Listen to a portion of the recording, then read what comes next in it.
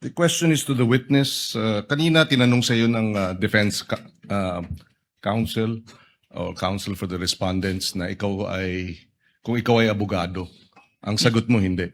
Yes, sir. Ikaw ba degree holder? Yes, Your Honor. Ano ang degree? Bachelor of Science in Accountancy, Bachelor of Science in Accounting Technology, and I'm a certified public accountant, sir. So you're a certified public accountant. Yes, sir. Kahapon, tinanong ko sa iyo yung training. No? Kasi nabanggit mo, nagkaroon ka ng mga training.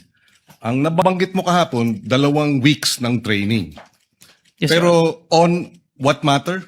Only on photo and video authentication, sir. Okay.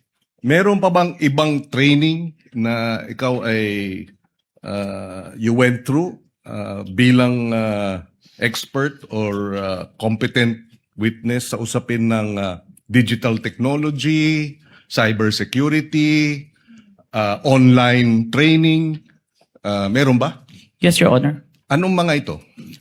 I mentioned that I have a training in Certified Computer Hacking Forensic Investigator. I have a training in Computer Forensic and Photo and Video Authentication training. I have also training in cybercrime investigation. We also undergone a 480 hours training on cybersecurity and a training before we start the bureau. We have undergone the NBI Academy, which teach us all the aspects in investigation, sir. Okay, and siguro last question. Ang training na ito, puro local ba o meron ding training sa ibang bansa?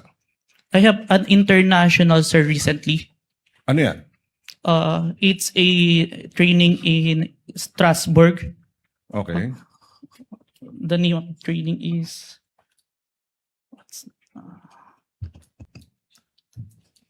Saang lugar na lang, Mr. Witness? Strasbourg, Germany? France? Strasbourg, France, sir. Oh. It's a 5 days training, sir. And meron pang ibang international seminars na inattendan mo? International, sir, but it is conducted locally, the Interpol, sir. Interpol. Yes, Your Honor. Okay. I have no further questions. Thank you, Senator Judge Salamat. Malinan.